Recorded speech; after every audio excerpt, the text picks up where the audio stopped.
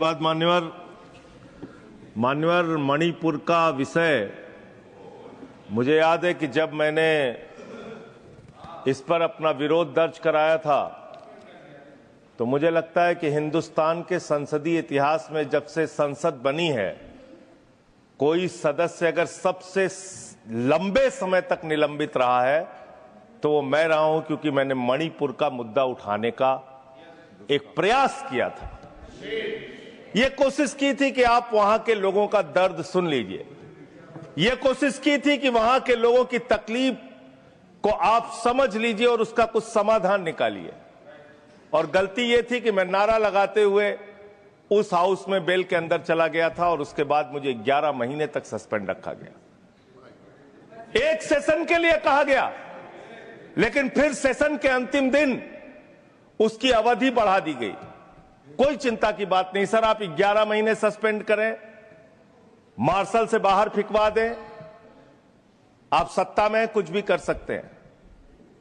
लेकिन जो जायज मुद्दे इस देश के हैं, अगर देश का कोई हिस्सा जल रहा है, अगर वहां दंगे फसाद लड़ाई और झगड़े हो रहे हैं, तो इस सदन का सदस्य होने के नाते एक नहीं 1000 बार हम लोग उस मुद्दे को उठाएंगे।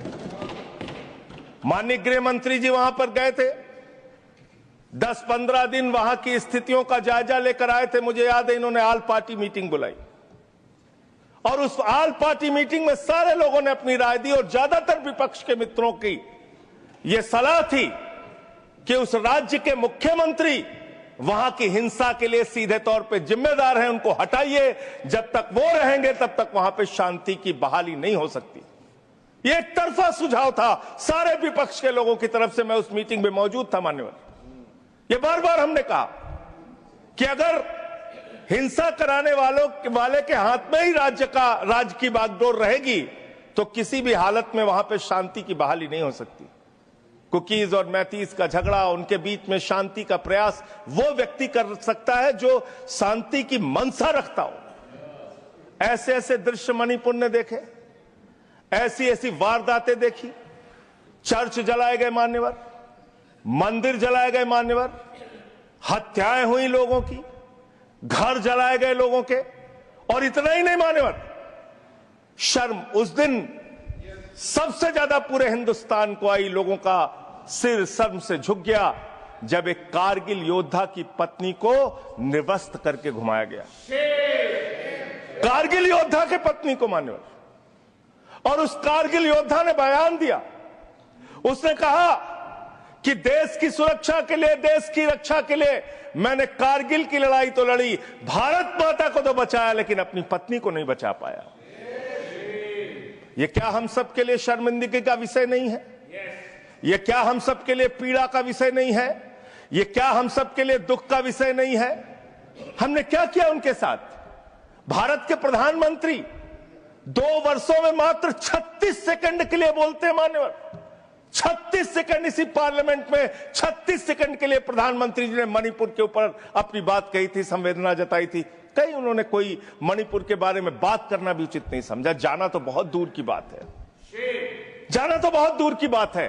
2 साल में आपको अमेरिका जाने की फुर्सत है, आपको दुबई जाने की फुर्सत है, आपको कतर जाने की फुर्सत है, आपको दुनिया के तमाम मंगोलिया जैसे देश में आपको जाने की फुर्सत है, हर जगह जाने की फुर्सत है। आपको मणिपुर जाने की फुर्सत नहीं। इसका क्या जस्टिफिकेशन आप मणिपुर के लोगों को देंगे? इसका क्या कारण आप मणिपुर के लोगों को बताना चाहते हैं?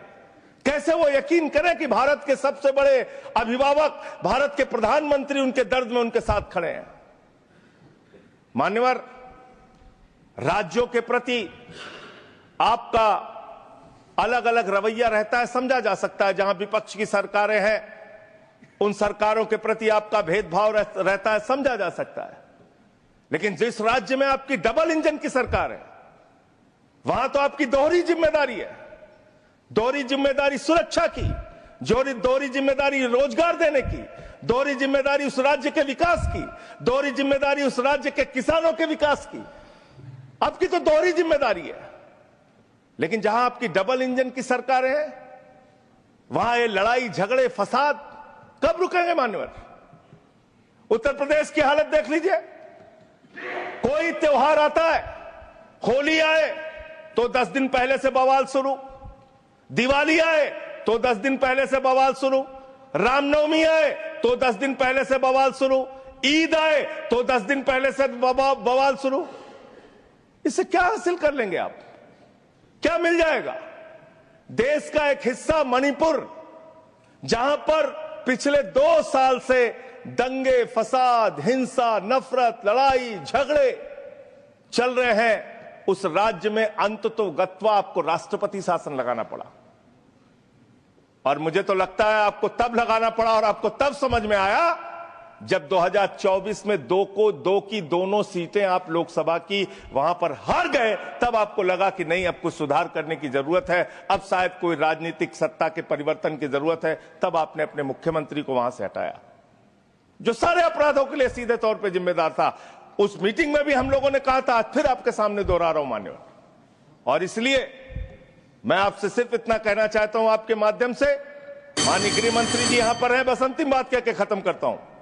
आपने राष्ट्रपति शासन लगाया है, वहां के लोगों का विश्वास जीतिए और चुनावी प्रक्रिया में, लोकतांत्रिक प्रक्रिया में एक आपसी भाईचारा और सहमति जो 2 समुदायों के बीच में पिछले 2 साल से बिगड़ी हुई है, उसको बहाल करने की, बनाने की कोशिश कीजिए और चुनाव की प्रक्रिया में जाइए, लोकतंत्र की वहां पे बहाली कीजिए। बहुत बहुत धन्यवाद। निरंजन विसी।